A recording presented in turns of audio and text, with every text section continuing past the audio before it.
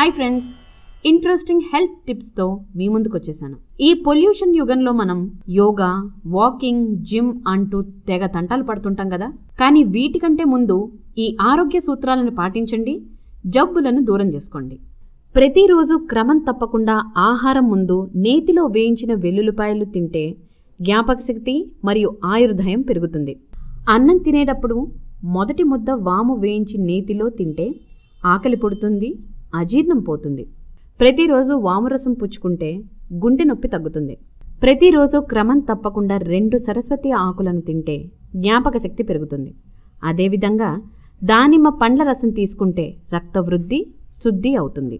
మునగాకు రసం, మునగ ఆకుతో వండిన వంటకాలు తింటే రోగములు హరిస్తాయి. క్రమం తప్పకుండా ప్రతిరోజు తేనె, అల్లపు రసం కలిపి తాగితే రక్త శుద్ధి, మెదడుకు సంబంధించిన వ్యాధులు నివారణ అవుతుంది. అల్లపు రసం తాగితే అజీర్ణం, మలబద్ధకం తగ్గుతాయి. వాటి వల్ల వచ్చే తలపోటు తగ్గుతుంది. తులసి ఆకు పసరు, తేనె కలిపి త్రాగితే సర్వ కఫములు హరిస్తాయి.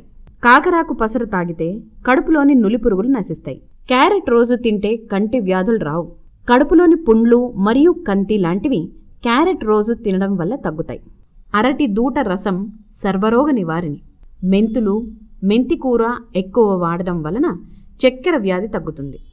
ఆకుకూరలు, అరటిపళ్ళు, బంగాళాదుంపలు, తులసి ఆకులు బీపీ తగ్గిస్తాయి.